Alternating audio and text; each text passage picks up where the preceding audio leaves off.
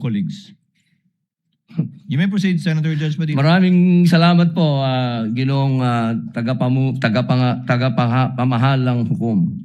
Pwede na po ba tayong mag-advance ng katanungan?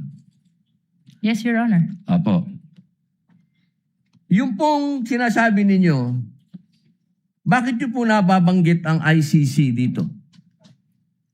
Ano po ang kinalaman ng ICC dito sa ating pagdinig? With all due respect, Honorable Senator Judge Robin Padilla, kagaya po ng nabanggit ko na, at marahil panglima ng banggit ng presiding officer, nabanggit po ang ICC, kaugnay ng affidavit ni Las Cañas, na ipirinisinta po ng prosecution bilang bahagi lamang ng testimonya ng witness at bilang bahagi ng naging investigasyon ng Special Task Force ng NBI. Maraming salamat po. Senator Judge Padilla will please wind up. You can Opo. avail of a second round if you wish. Opo. Maraming salamat po.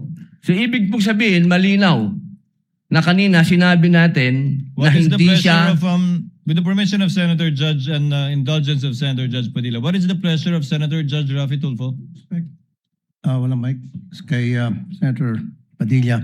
Bakit pag sa kabila pinapayagan sila 5-10 minutes? Bakit pag sa amin, sa majority, kinakat agad ni remind pagdating ng 2 minutes? I think nakakalata na kami. So dapat pag sinabing 2 minutes, 2 minutes. Pag sa amin sa majority, pag 2 minutes, pinipindot nito. 2-3 beses.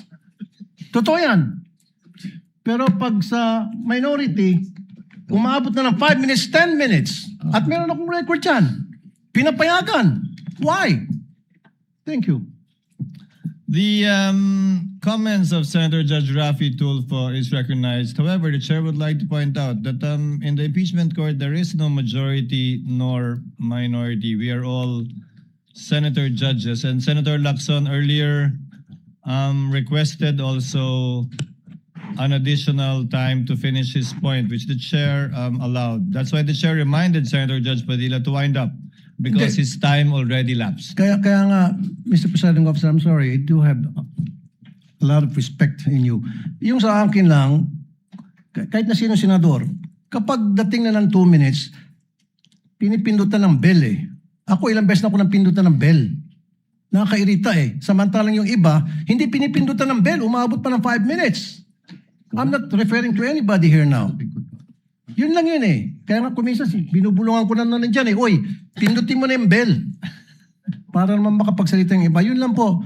Wala na akong tinutukoy dito. Dapat maging fair tayo yung sa nagpipindot ng bell. Pag sinabing 2 minutes regardless kahit na sinong senador yan. Thank you.